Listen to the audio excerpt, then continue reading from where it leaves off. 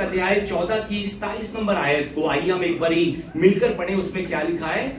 मैं तुम्हें शांति दिए जाता हूँ, अपनी शांति तुम्हें देता हूँ, जैसे संसार देता है मैं तुम्हें नहीं देता। तुम्हारा मन ना घबराए और ना डरे। आमीन। सच में ये वचन जो है ना उन लोगों पर लागू होता है जो सच में परमेश्वर को अपने मन में बसाकर रखना चाहते हैं।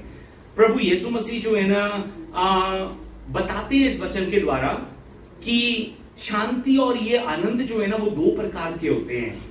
एक जो है ना जो संसार हमें देता है, और दूसरा शांति और आनंद जो परमेश्वर की ओर से आता है। समझ रहे हैं बात को? वचन में लिखा है कि जैसा संसार देता है मैं तुम्हें नहीं देता, मैं तुम्हें वैसा शांति नहीं देता, मैं तुम्हें वैसी आनंद नहीं देता जैसा आनंद तुम्हें, जैसी शांति तुम्हें संसार देता है। मतलब कि इस संसार में भी शांति और आनंद है और परमेश्वर में भी शांति और आनंद है। पर ये जो परमेश्वर, ये जो संसार का शांति और आनंद है ना, ये एक्चुअली आनंद नहीं है, ये शांति नहीं है, ये एक टेम्परेरी चीज है, टेम्परेरी, जो कुछ पल के लिए हमारे साथ में रहती है और फिर से हमें अशांत और फिर से हमें निराश कर देती है। उदाहरण के तौर पर आपको बताऊं कि यदि आज मौसम अच्छा है तो मन जो है ना वो बहुत ज्यादा प्रसन्न है, मन बहुत ज्यादा खुश है। पर यही मौसम अगर खराब हो गया तो मन जो है ना उदास हो जाएगा कि क्यों मौसम खराब हो गया अचानक से। अगर हमें रास्ते में चलते हुए 500 रुपए का नोट मिल गया तो मन बहुत खुश होता है, बहुत ज्यादा। पर वही अगर नोट जो है 500 का गिर जाए, हमसे गुम हो जाए, तो वही मन जो है ना निराश हो जाता है, उदास हो जाता है। किसी ने अगर आज मेरी तारीफ की कि वाह आज तो आप बहुत सुंदर लग रहे हैं, तो उस समय मन जो है ना पंजाबी में कहें कि बागम बाग हो जाता है, बागम बाग, आप बहुत खुश हो जाता है, बहुत खुश।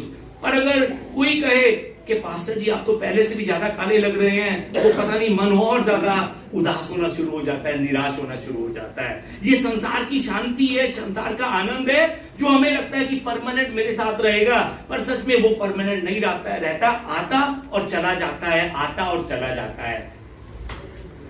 बहुत से लोगों की सोच है कि यदि हमारे पास धन होगा, यदि हमारे पास भरपूरी से संपत्ति होगी, तो हम जो है ना आनंद से जीवन बिता पाएंगे। पर मैं आपको बताना चाहता हूं कि संसार में बहुत से करोड़पति ऐसे हैं जो आनंदित नहीं है, करोड़पति ऐसे हैं जो आनंदित नहीं है। बहुत से लोग सोचते हैं कि सुंदरता होने से हम आनंद का जीवन बिता सकते हैं, पर मैं आपको बताना चाहता हूं कि संसार में बहुत से सेलिब्रिटीज ऐसे हैं जो सुंदर होने के बावजूद भी उन्होंने आत्महत्या कर दी। कुछ लोग सोचते हैं कि अगर मैं बॉस बनकर दूसरों पर अपना अधिकार जताऊं तो मैं आनंद के साथ रह सकता हूं। पर मैं आपको बताना चाहता हूं कि मैं बहुत से ऐसे बॉसेस के नाम भी जानता हूं जो बॉस तो बन गए हैं, पर बॉस बनने के कुछ ही सालों बाद उन्होंने परेशान होकर आत्महत्या कर ली। एक्चुअली आज भी बहुत से लोग जो है ना वो सच्चे आनंद को ढूंढ रहे हैं, सच्चे आनंद के पीछे लगे हुए हैं कि सच्चा आनंद कहां मिलेगा, यहां मिलेगा या वहां मिलेगा। आज भी बहुत से लोग पैसों में, घर में, अपनी नौकरी में, अपने पति में, अपनी पत्नी में, अपने बच्चों में सच्चे आनंद को ढूंढ रहे हैं। आज भी बहुत से लोग।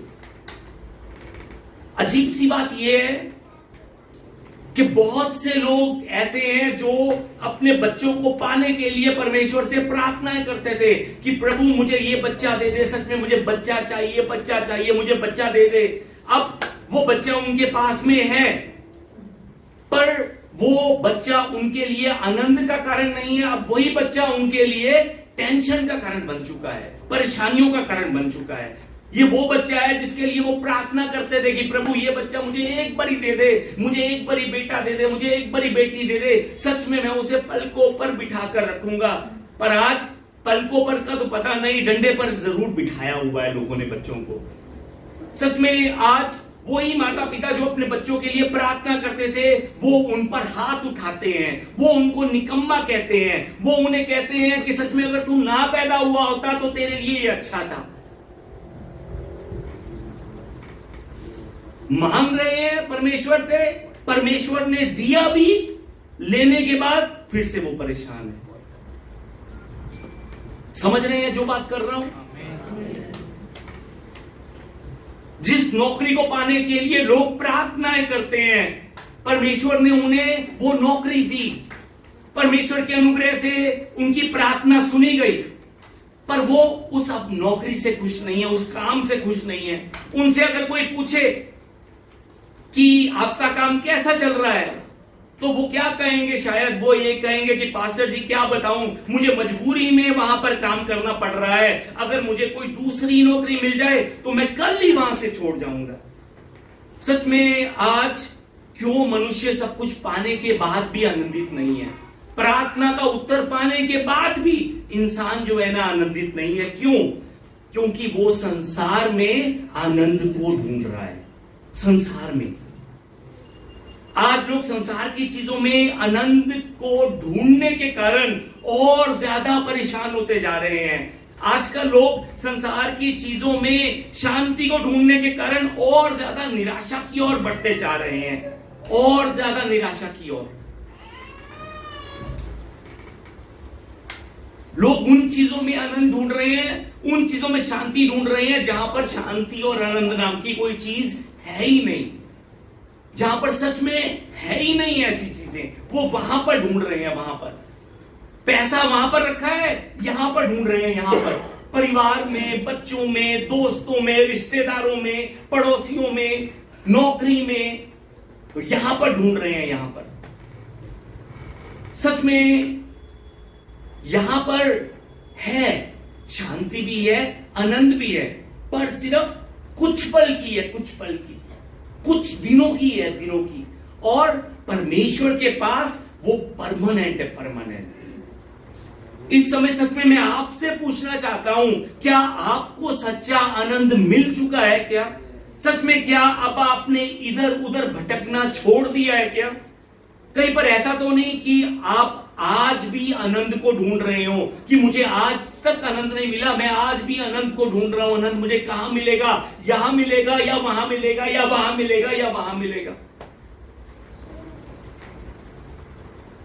एक दिन एक सुबह एक दादाजी, जिनकी उम्र लगभग 50 साल की थी, समुद्र के किनारे बैठकर अपने पोते के साथ जो है ना वो खेल रहे थे। वो दादाजी जो 50 साल के थे, वो अपने पोते के साथ पूरा खुलकर एंजॉय कर रहे थे, पूरा एंजॉय करते हुए वो खेल रहे थे। अब उसी समुद्र के किनारे एक धनवान व्यक्ति, अमीर व्यक्ति जो है ना, वो मॉर्निंग वॉक करने के लिए आता है। मॉर्निंग वॉक सच में बड़ी अजीब सी बात है। अमीरों का मॉर्निंग वॉक होता है और हमारा जो है ना वो सैर होती है, सैर। हमारी सुबह भी सैर, दोपहर को भी सैर, रात को भी सैर। पर अमीर लोग जो है ना वो सच में सैर को उन्होंने नाम बदल दिए हैं। सुबह के समय मॉर्निंग वॉक, आफ्टरनून के समय में आफ्टरनून वॉक, शाम के समय में इवनिंग वॉक। फिलहाल एक अमीर इंसान जो है ना वो मॉर्निंग वॉक कर रहा था, मॉर्निंग वॉक। अब चलते चलते उस अमीर इंसान का ध्यान जो है ना अचानक से उस दादाजी पर पड़ता है, जो अपने पोते के साथ बड़ा हंसता हुआ खेल रहा था। वो धनवान व्यक्ति उस दादाजी से जाकर पूछता है कि आप क्या काम करते हैं? अब दादाजी उस अमीर इंसान को कहते हैं कि सर जी मैं मछुआरा हूं, मछुआरा। वो अमीर इंसान, मछलियां पकड़ते हो तुम? जी हां, मैं मछलियां पकड़ने वाला मछुआरा हूं, ये मेरा काम है। आप मछुआरे हैं, फिर आप इस समय मछलियों को छोड़कर, मछलियां ना पकड़ते हुए आप अपने पोते के साथ क्यों खेल रहे हैं? क्यों? दादाजी कहते हैं कि मैंने सुबह 1 घंटा काम किया था और 1 घंटा काम कर कर मैंने 5 से 10 मछलियां पकड़ी थी। अब ये अमीर इंसान कहता है 5 से 10 मछलियां, सिर्फ 1 घंटा काम किया, थोड़ी सी मछलियां और अगर आप पकड़ लेते तो सच में आप जो है ना और ज्यादा आनंदित होते। आप कम से कम भी दिन में 10 से 12 घंटे काम कीजिए। जब आप 10 से 12 घंटे काम करेंगे तब आप तकरीबन एक दिन में 200 के करीब में मछलियां पकड़ पाएंगे। अब दादाजी उस इंसान से पूछते हैं कि 10-12 घंटे मछलियां पकड़कर क्या होगा? वो अमीर इंसान कहता है कि आप जब 10-12 घंटे काम करेंगे तो आप और ज्यादा मछलियों को पकड़ पाएंगे। फिर वो दादाजी पूछते हैं ज्यादा मछलियां पकड़कर फिर क्या होगा? वो अमीर इंसान कहता है कि आप बहुत ज्यादा पैसा कमाने लग जाएंगे। वो दादाजी फिर पूछते हैं कि ज्यादा पैसा कमाने से क्या होगा? वो कहता है कि आप और ज्यादा बड़े जाल जो है ना मछलियों को पकड़ने के लिए वो आप खरीद पाएंगे अगर आपके पास पैसा होगा। फिर वो दादाजी पूछते हैं ये बड़ी मछलियां आप पकड़कर जो है ना क्या होगा? फिर वो अमीर इंसान कहता है कि आप और ज्यादा पैसा कमाओगे अगर आप और बड़ी बड़ी मछलियां पकड़ोगे बड़े जालों में तो और ज्यादा पैसे कमाओगे। अब ये दादाजी फिर से पूछते हैं कि ज्यादा पैसा कमाने से क्या होगा? ये अमीर इंसान कहता है कि आप बड़े जहाज जो है ना वो खरीद पाओगे। फिर ये बूढ़ा इंसान कहता है कि बड़े जहाज, वाह ये तो बहुत अच्छा है। फिर ये बड़े जहाज खरीदने से क्या होगा? ये अमीर इंसान कहता है कि तुम और ज्यादा मछलियां पकड़ पाओगे क्योंकि जहाज जितना बड़ा होगा उसमें उतनी ज्यादा मछलियां आएंगी। अब ये 50 साल का बूढ़ा इंसान और ज्यादा मछलियां पकड़ने के बाद क्या होगा? वो इंसान कहता है कि तुम फिर और ज्यादा अमीर हो जाओगे। वो बूढ़ा इंसान कहता है अच्छा और ज्यादा अमीर, फिर और ज्यादा अमीर होने के बाद क्या होगा? तो ये अमीर इंसान कहता है कि जब आप और ज्यादा अमीर हो जाओगे ना तब आप शांति और आनंद के साथ अपने पोते के साथ खेल पाओगे। उसकी ये बात सुनने के बाद वो दादाजी जो है उस अमीर इंसान से कहते हैं कि तू ये बता कि अभी मैं क्या कर रहा हूं? अभी भी तो मैं अपने पोते के साथ आनंद से भरकर खेल रहा हूं। सच में आपकी सलाह जो है ना वो बहुत अच्छी है, पर मैं माफी मांगता हूं क्योंकि मुझे मेरे पोते के साथ आज आनंद लेना है। आज कल पैसे कमाने के चक्कर में, आज पैसे कमाने के चक्कर में अगर कल मुझे कुछ हो गया तो मैं अपने आज के आनंद से जो है ना वो मैं वंचित रह जाऊंगा। समझ रहे हैं जो बात को कर रहा हूं? उस बुजुर्ग के लिए आज जरूरी था। आज जितना भी उसके पास है उसमें वो संतुष्ट है, उसमें वो अपने बच्चों के साथ, अपने पोते के साथ पूरा एंजॉय कर रहा है। वो बुजुर्ग कहता है कि आज मुझे आनंद से भरने के लिए, शांति से भरने के लिए आज जो है ना मुझे अमीर बनने की जरूरत नहीं है। आज मुझे गुणवान और बुद्धिमान बनकर समय की अहमियत को पहचानने की जरूरत है। इसीलिए आज मैं अपना सब काम छोड़कर सबसे पहले अपने पोते के साथ खेल रहा हूं, अपने पोते के साथ मैं आनंद मना रहा हूं। हालेलुया। आज बहुत से लोग ऐसा सोचते हैं कि पहले मुझे बहुत धन कमाना है, मुझे पहले धनवान बनना है, अमीर बनना है, मुझे पहले बहुत नाम करना है, मुझे पहले ऊंची पोजीशन तक पहुंचना है। किस लिए? आनंद के साथ रहने के लिए। हो सकता है कि आज हम में से बहुत से भाई बहन जो है ना कलीसिया में ना आए हों, कारण पैसा कमाने के लिए। क्यों वो पैसा कमा रहे हैं? आनंद से भरने के लिए। सच में इस कहानी के अंदर ये दादाजी जो है ना वो हमें क्या समझा रहे हैं?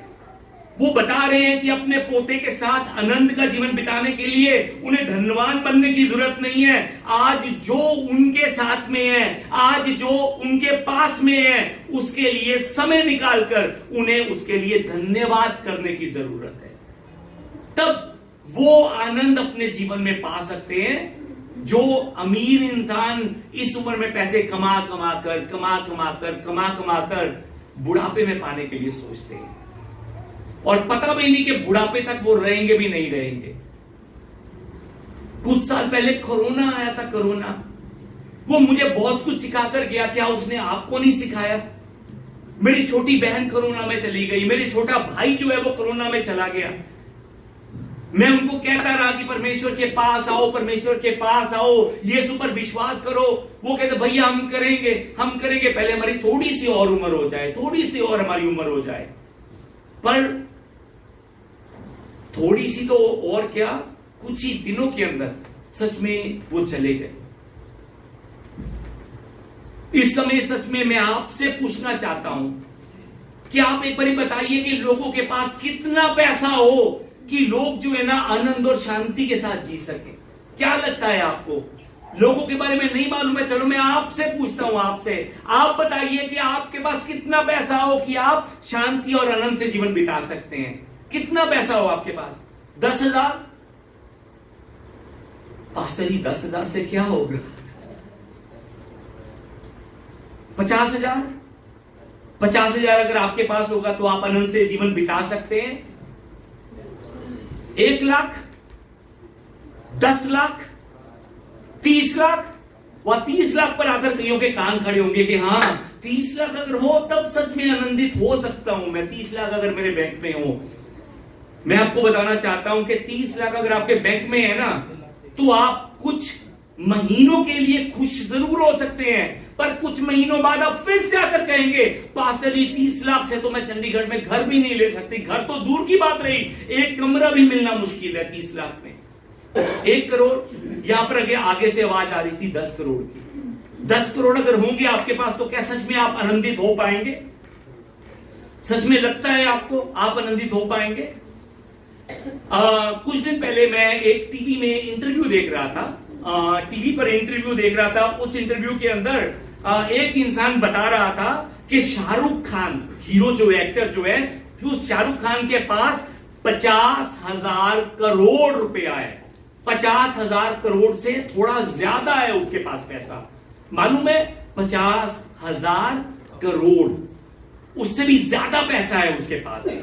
अगर उसका पूरा परिवार, शाहरुख खान का पूरा परिवार जो है ना, अगर जो बैंक में उसका पैसा पड़ा है, अगर उसका ब्याज भी खाएगा ना, तब भी हर महीने उसको 8 से 10 करोड़ ब्याज आएगा हर महीने। 10 करोड़ से संतुष्ट रहने वाले लोग ध्यान से सुने। हर महीने 8 से 10 करोड़ जो है ना उसके पास ब्याज आता है, हर महीने का ब्याज आता है 8 से 10 करोड़। पर फिर भी शाहरुख खान ने कुछ हफ्ते पहले क्या किया मालूम है आपको? सिर्फ 50 लाख कमाने के लिए उसने गुटखे की ऐड की। सिर्फ 50 लाख कमाने के लिए उसने लोगों को गुटखा खाने के लिए, गुटखा समझते हैं ना, जो मुंह में तंबाकू डालते हैं, उस तंबाकू को खाने के लिए उसने लोगों को उत्साहित किया। उसने लोगों को नशा करो, तंबाकू खाओ, ये कहते हुए उसने उत्साहित किया लोगों को। क्यों उत्साहित किया नशा करने के लिए? क्यों उत्साहित किया उन लोगों को तंबाकू खाने के लिए? पैसों के लिए। कितने पैसों के लिए? सिर्फ 50 लाख के लिए।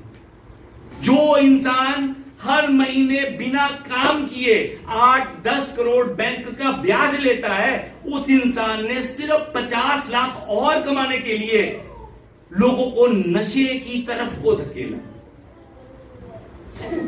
उसी इंटरव्यू के अंदर उस इंटरव्यू करने वाले ने क्लिप दिखाया कि किसी इंसान ने शाहरुख खान से पूछा कि आपके पास कितना होगा कि आप संतुष्ट रहेंगे, कितना होगा आपके पास?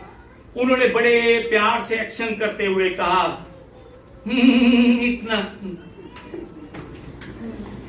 यानी कि अभी भी वो संतुष्ट नहीं है, अभी भी उसको इतना चाहिए, इतना। अभी भी वो संतुष्ट नहीं है।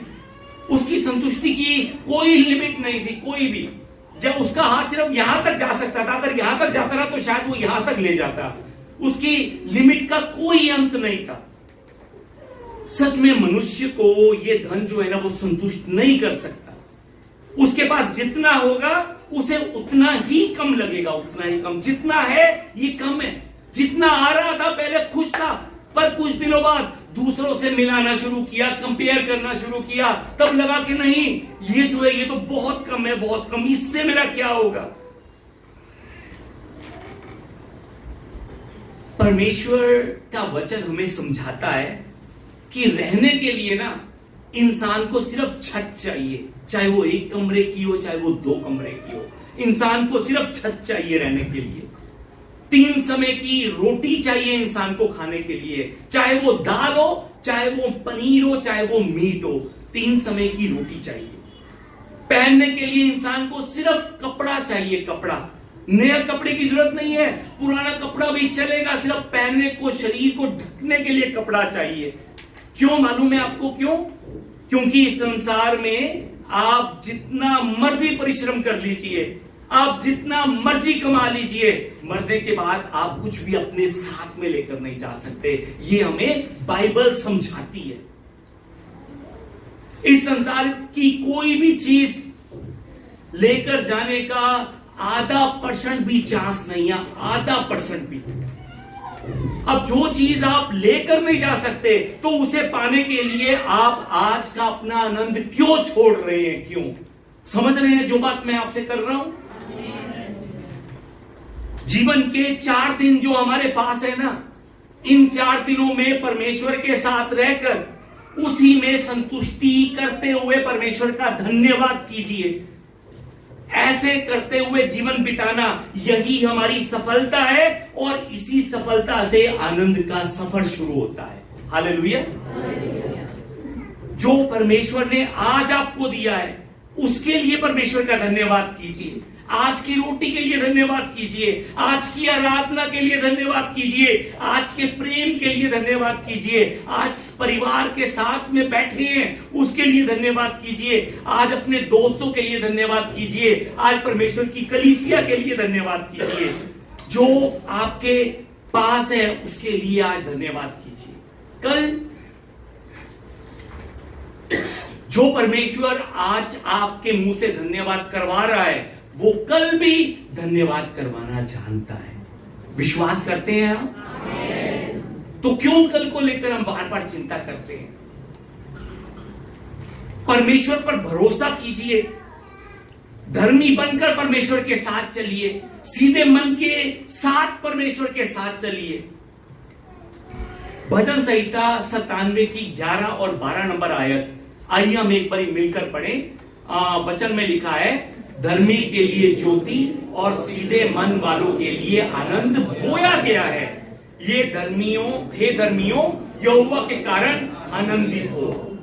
आमीन। यहीं तक देखते हैं, धर्मी के लिए ज्योति और सीधे मन वाले के लिए आनंद बोया गया है। क्या किया गया है? बोया गया है। परमेश्वर ने बो दिया है, और जो चीज बोई गई है वो दिन ब दिन बढ़ेगी। याद रखिए, कम नहीं होगी। आज अगर आपने कोई चीज बोई है और आज आपको वो बढ़ती हुई नहीं दिखाई दे रही है, तो उसको लेकर चिंता मत कीजिए, उसको लेकर कुड़कुड़ाइए मत।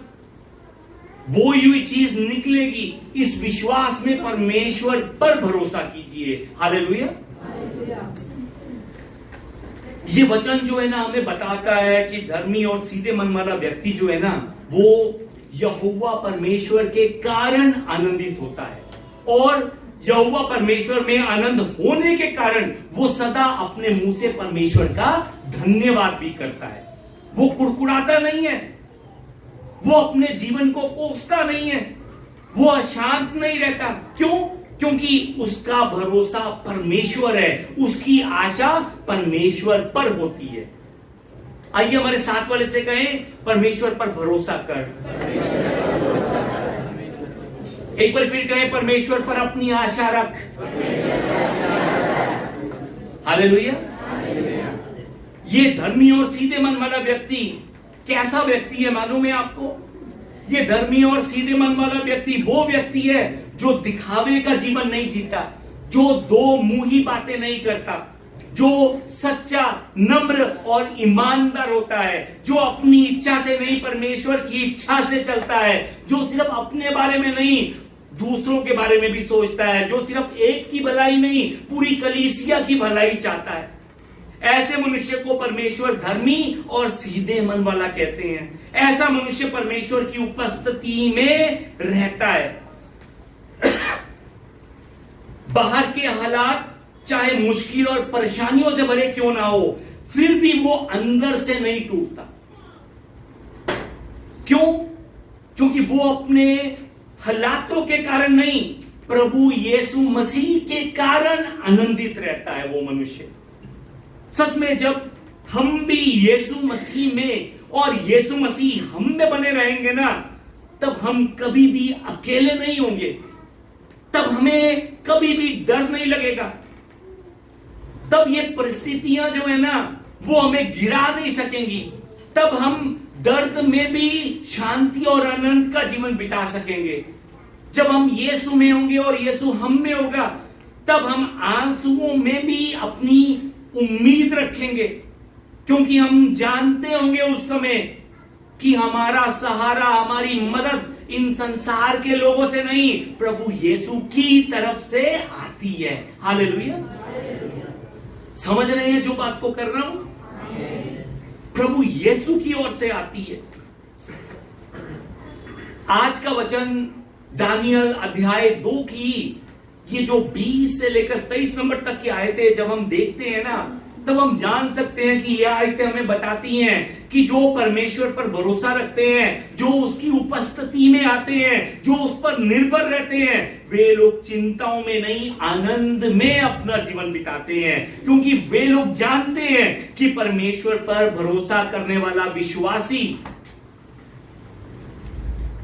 परमेश्वर उसे सब कुछ देगा। ये उन विश्वासियों का भरोसा होता है। वो विश्वासी जानता है कि सब कुछ परमेश्वर के हाथ में है, सब कुछ। आइए हमारे साथ वाले से एक बारी गए, सब कुछ परमेश्वर के हाथ में है। विश्वास से कहे, सब कुछ परमेश्वर के हाथ में है। याद रखिए, थोड़ा कुछ नहीं, सब कुछ परमेश्वर के हाथ में है। जब हम दानियल अध्याय 2 को पढ़ते हैं ना पूरा, तब हम जान सकते हैं कि बाबेलोन में एक राजा था जिसका नाम नबूकदनेस्सर था। और ये राजा एक सपना देखता है और अपने उस सपने के कारण वो बहुत ज्यादा घबरा जाता है, वो बहुत ज्यादा डर जाता है। वो सपना तो देखता है, घबरा भी जाता है, उसका मन भी बहुत ज्यादा व्याकुल हो जाता है, पर वो अपने सपने को भूल जाता है।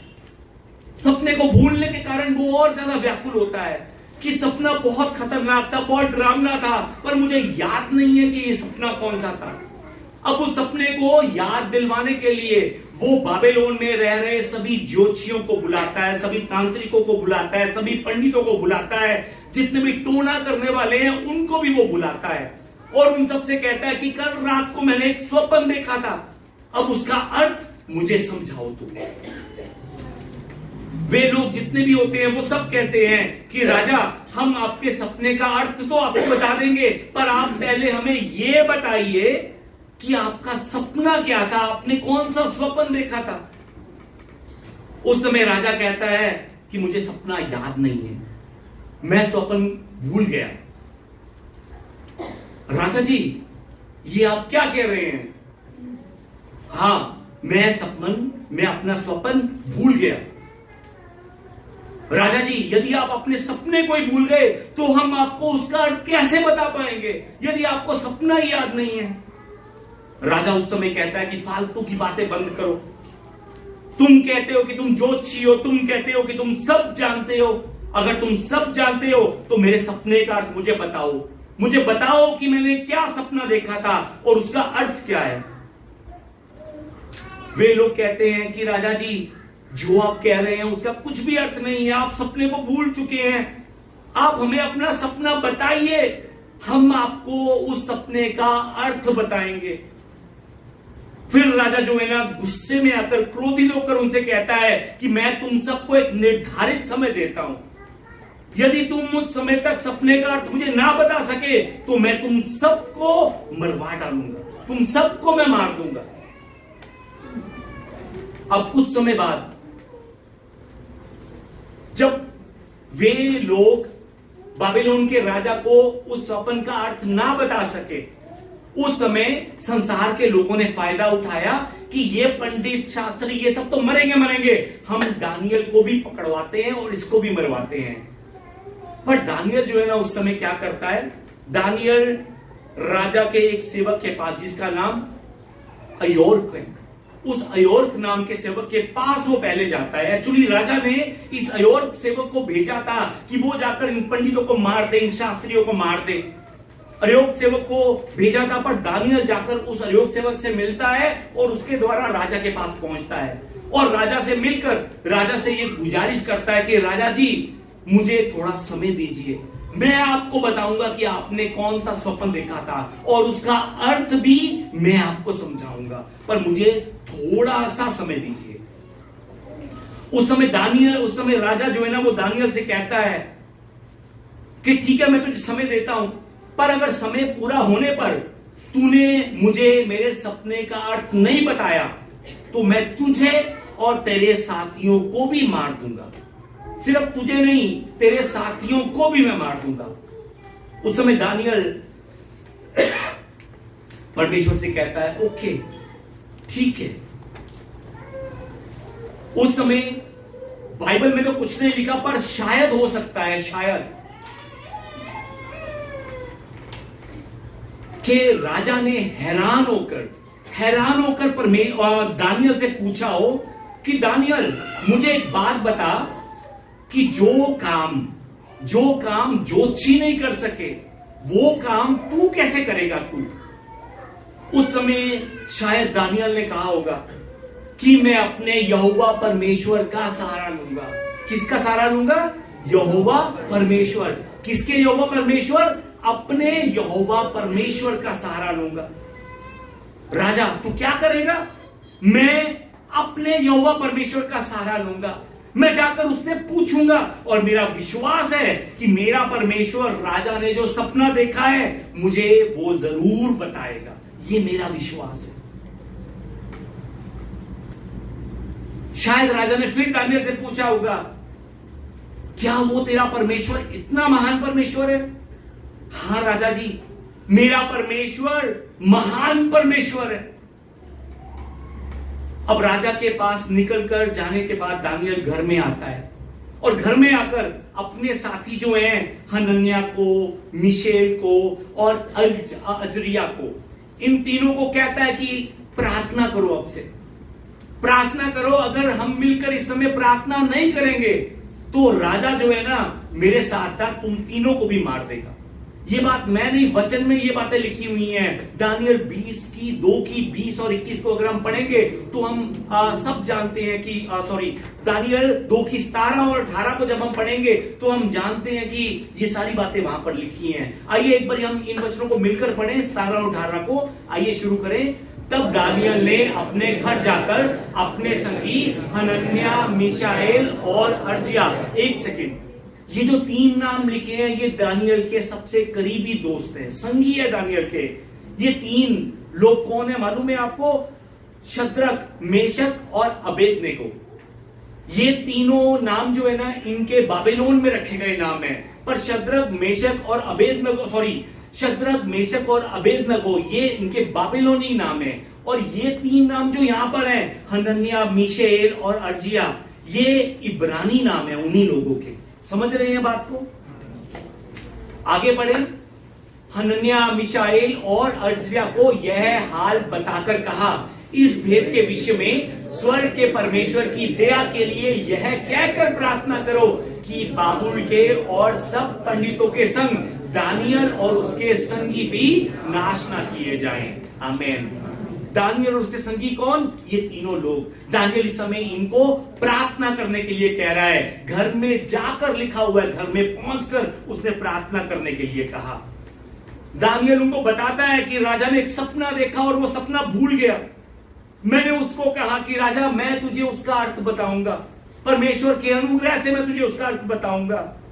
फिर राजा ने मेरे लिए एक निर्धारित समय रखा और राजा ने कहा कि अगर तू उस समय तक इसका अर्थ नहीं बता पाया तो मैं तुझे तो मारूंगा, तेरे साथ तेरे तीनों दोस्तों को भी मैं मार दूंगा।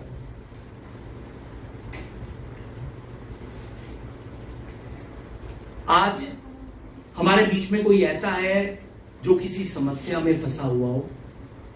क्या कोई ऐसा है जिसे लगता है कि अगर इस समस्या का रास्ता उसे नहीं मिला तो उसके जीवन में बहुत बड़ा तूफान आ सकता है? उसकी यह समस्या उसके परिवार को, उसकी नौकरी को, उसके कामकाज को नाश कर सकती है। उसकी यह समस्या उसे उसकी पत्नी से, उसे उसके पति से, उसके बच्चों से दूर कर सकती है। क्या आज आप में से कोई है जो बहुत ज्यादा मुश्किल समय से गुजर रहा हो? क्या आप में से कोई है? बाइबल हमें बताती है जो परमेश्वर पर भरोसा रखते हैं वो आनंदित होते हैं। क्यों आनंदित होते हैं मालूम है आपको? क्योंकि वो परमेश्वर इम्पॉसिबल को पॉसिबल करने वाला परमेश्वर है। वो परमेश्वर इम्पॉसिबल को पॉसिबल करना जानता है, पर वो सिर्फ उसकी मदद करता है जो सिर्फ उस पर, याद रखिए, इस पर भी, उस पर भी, उधर भी, इधर भी नहीं, जो सिर्फ उस पर भरोसा रखता है ना, वो परमेश्वर सिर्फ और सिर्फ उसकी सहायता करता है। हालेलुया। दानियल ने परमेश्वर पर भरोसा रखा। उसने अपने दोस्तों से कहा कि इस असंभव को संभव करने का एक ही रास्ता है, सिर्फ एक ही रास्ता है, और वो रास्ता है यहोवा परमेश्वर के सामने जाकर की जाने वाली प्रार्थना।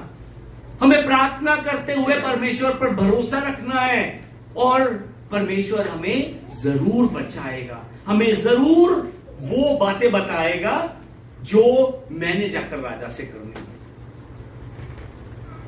हो सकता है कि आज आपके जीवन में कोई बहुत बड़ी समस्या चल रही हो सकता है कि वो समस्याएं छोटी भी हो या फिर बड़ी भी हो। असंभव दिखने वाली समस्याएं भी हो सकती हैं कि इसका रास्ता नहीं निकल सकता। हो सकता है कि कोई समस्या आपको पकड़ कर बैठी हो सकता है कि वो समस्या सच में आपको छोड़ने का नाम ना ले रही हो, और उस समस्या के कारण आज आप बीमार हो, उस समस्या के कारण आज आप अशांत हो सकता है। आपकी समस्या का रास्ता कैसे निकल सकता है?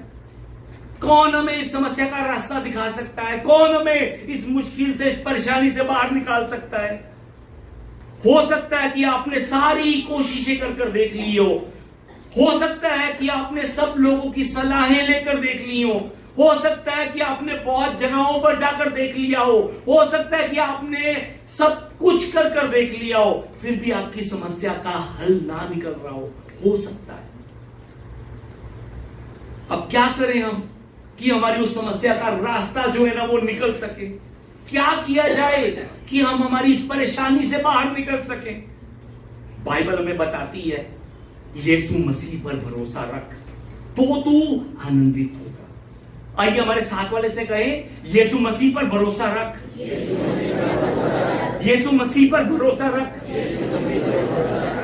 मुझ पर नहीं, यीशु मसीह पर भरोसा रख, तब तू आनंदित होगा। आमीन। दानियल, शद्रक, मेशक, अबेदनगो ने क्या किया मालूम है आपको? उस परेशानी से भरे समय में जब उनकी जान पर बनाई, उन्होंने क्या किया मालूम है आपको? परमेश्वर पर भरोसा, सिर्फ और सिर्फ यहोवा परमेश्वर पर उन्होंने भरोसा किया। जब उन्होंने परमेश्वर पर भरोसा रखकर परमेश्वर से प्रार्थना करनी शुरू की, तब क्या हुआ मालूम है आपको? दानियल की पुस्तक 2:19 हमें बताती है, वचन में लिखा है तब। कब? तब। ये तब कौन सा तब है मालूम है? जिस समय उन्होंने भरोसा करते हुए परमेश्वर को अपने मन की बात बताई, परमेश्वर से प्रार्थना की, तब वचन में लिखा है तब वो भेद दानियल को रात के समय दर्शन के द्वारा प्रकट किया गया। तब प्रकट हुआ जब उसने पूरे भरोसे के साथ परमेश्वर से प्रार्थना की। उन्होंने परमेश्वर पर भरोसा रखकर प्रार्थना की और परमेश्वर ने उनका विश्वास देखकर उन चारों को आनंदित किया। उनका विश्वास देखकर आनंद से भरा हुआ दानियल जो है ना, वो परमेश्वर का धन्यवाद करता हुआ आज का वचन लिखता है।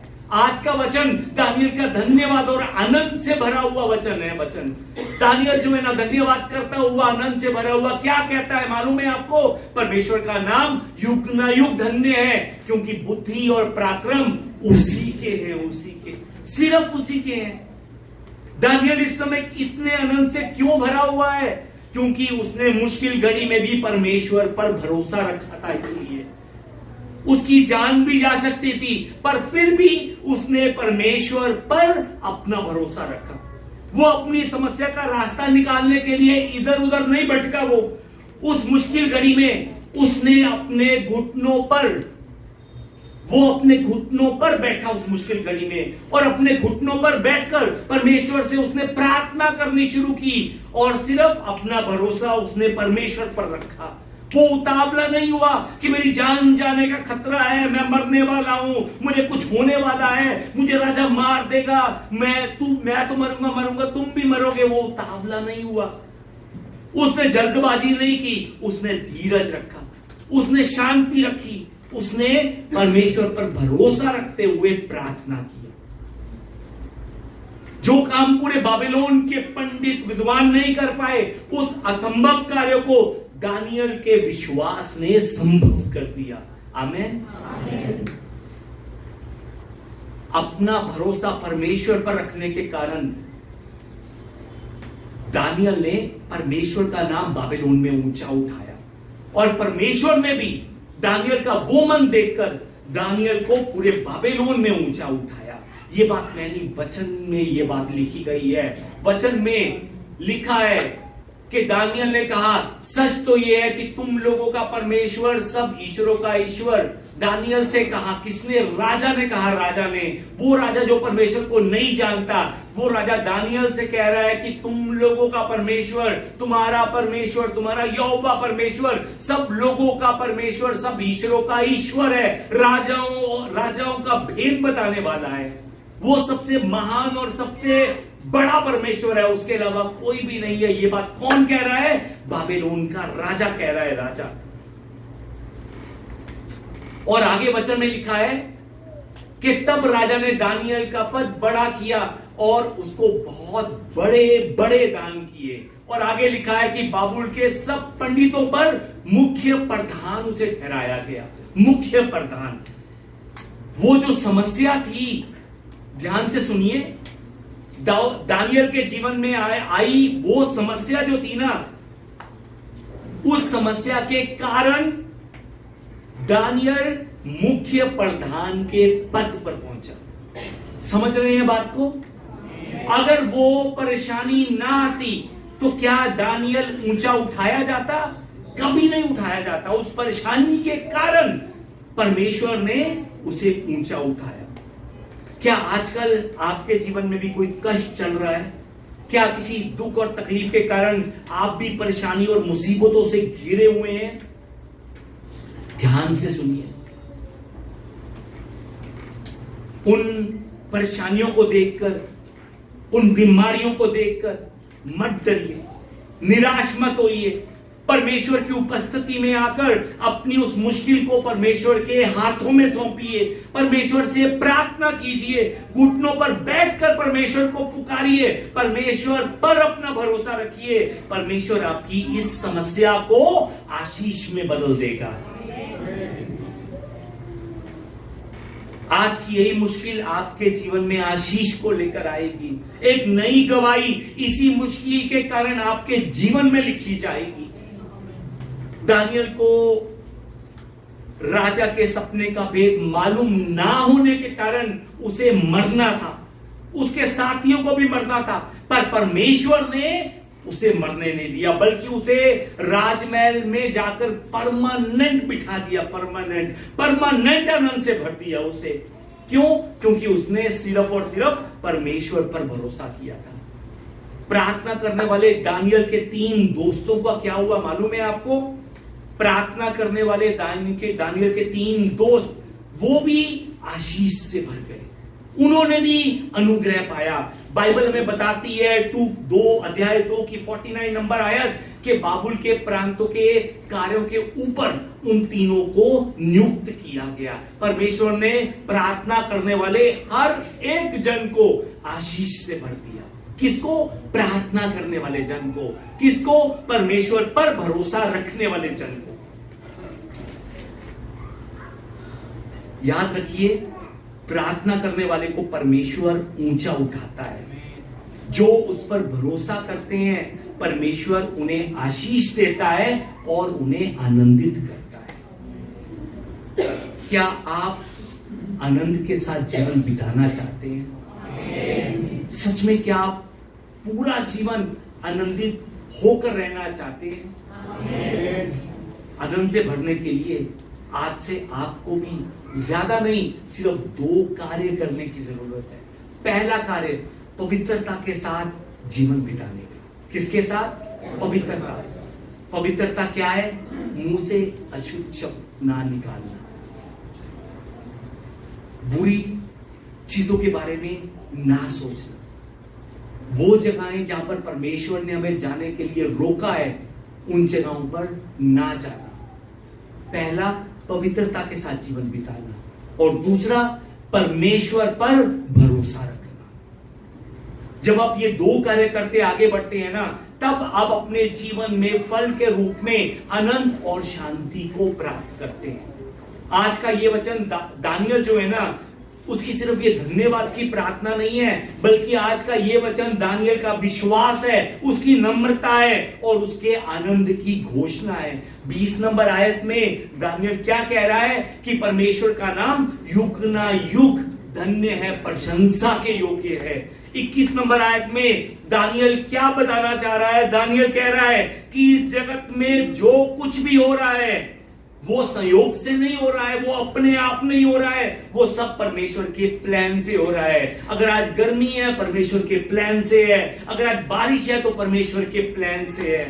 22 नंबर आयत में दानियल जो है ना वो ये बताता हुआ कहता है कि यदि आज जीवन में परिस्थितियां बदल रही हैं तो आपको घबराने की जरूरत नहीं है, क्योंकि समय बदलने वाला भी वही है जो आपसे प्रेम करता है। दानियल 22 में ये बता रहा है। 23 नंबर आयत में दानियल ये बता रहा है कि जब हमें कुछ दिखाई नहीं देता, जब जीवन में अंधेरा छाया हुआ लगता है, तब भी परमेश्वर हमें देख रहा होता है, तब भी वो हमें समझता है और तब भी वो हमारे लिए मार्ग निकालता है।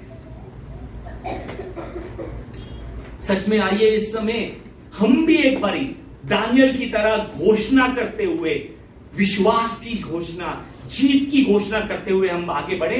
आइए एक बारी मेरे पीछे कहे, हे मेरे परमेश्वर, तू स्वामियों का स्वामी है, तू ही बुद्धि का सूत्र है, तू ही अंधकार में ज्योति है। मैं सिर्फ तेरा धन्यवाद करूंगा, मैं सिर्फ तुझ पर भरोसा रखूंगा, मैं सिर्फ तेरी और तेरी स्तुति करता रहूंगा। आमीन। सच में विश्वास के साथ हर रोज इस घोषणा को करते हुए आगे बढ़िए। याद रखिए, जो व्यक्ति परमेश्वर से बुद्धि मांगता है वो कभी भी अंधकार में नहीं चलता, और जो उस पर भरोसा रखता है वो कभी भी परिस्थितियों में नहीं डगमगाता, वो परमेश्वर के कारण सदा आनंदित रहता है। परमेश्वर सच में चाहते हैं कि आप सबके मन परमेश्वर के कारण आनंद में भरे रहें। अब सच में उस आनंद को भरने के लिए पवित्रता के जीवन को बिताने के लिए प्रार्थना कीजिए और परमेश्वर पर अपना भरोसा रखिए, और याद रखिए कि परमेश्वर का नाम युग ना युग धन्य है। हालेलुया। एक समय के लिए नहीं, आज के लिए नहीं, सिर्फ मुश्किलों में नहीं, सिर्फ सुख के समय में नहीं, युग ना युग फॉर एवर परमेश्वर का नाम धन्य है। आइए हम प्रार्थना करें मिलकर। आइए मेरे पीछे एक बारी प्रार्थना करें। हे प्रभु यीशु, मैं स्वीकार करता हूं कि मैंने बहुत बार इस संसार में खुशियों को ढूंढा है। आज आपने हमें वचन में बताया कि सच्चा आनंद केवल परमेश्वर में है। प्रभु यीशु मसीह, मुझे बढ़ने में मदद कर, मुझे आशीर्वाद दे ताकि मैं तुझ में बढ़ सकूं, मैं तुझ में रह सकूं और प्रभु तू मुझ में रह सके। पिता परमेश्वर, हमारे मन को अपने आनंद से भर दे। हमें सिखा कि हम हर परिस्थिति में आप पर भरोसा रख सकें। हमारे जीवन में आत्मा का फल बढ़ा, हमारे जीवन में प्रेम को बढ़ा, आनंद को बढ़ा, शांति का प्रकाश चमका, ताकि हमारे इस जीवन के द्वारा आपका नाम और ऊंचा उठाया जा सके। प्रभु, आप इस सृष्टि के विधाता हैं, आप अंधियारे में उजियाला लेकर आने वाले परमेश्वर हैं, आप मुश्किलों में सहारा देने वाले परमेश्वर हैं, आप अपने पर भरोसा करने वाले के आंसू मिटाने वाले परमेश्वर हैं। प्रभु, हम आपके सामने आ रहे हैं। प्रभु, हमारी मदद कर, हम इधर उधर ना देख सके, हम ना भटक सके। ये सब प्रार्थना हम हमारे जीवित प्रभु यीशु मसीह के नाम से करते हैं। आमेन, आमेन, आमेन। सृष्टि का तू विधाता, अंधियारे में उजाला, मुश्किलों में सहारा, आंसुओं को मिटाता। सृष्टि का तू विधाता, अंधियारे में उजाला, मुश्किलों में सहारा, आंसुओं को मिटाता। सृष्टि का तू विधाता, अंधियारे में उजाला है हमारा, अंधियारे में उजाला, हमारा सहारा है हमारा परमेश्वर, मुश्किलों में सहारा, मिटाने वाला है हमारा, आंसुओं को मिटाता।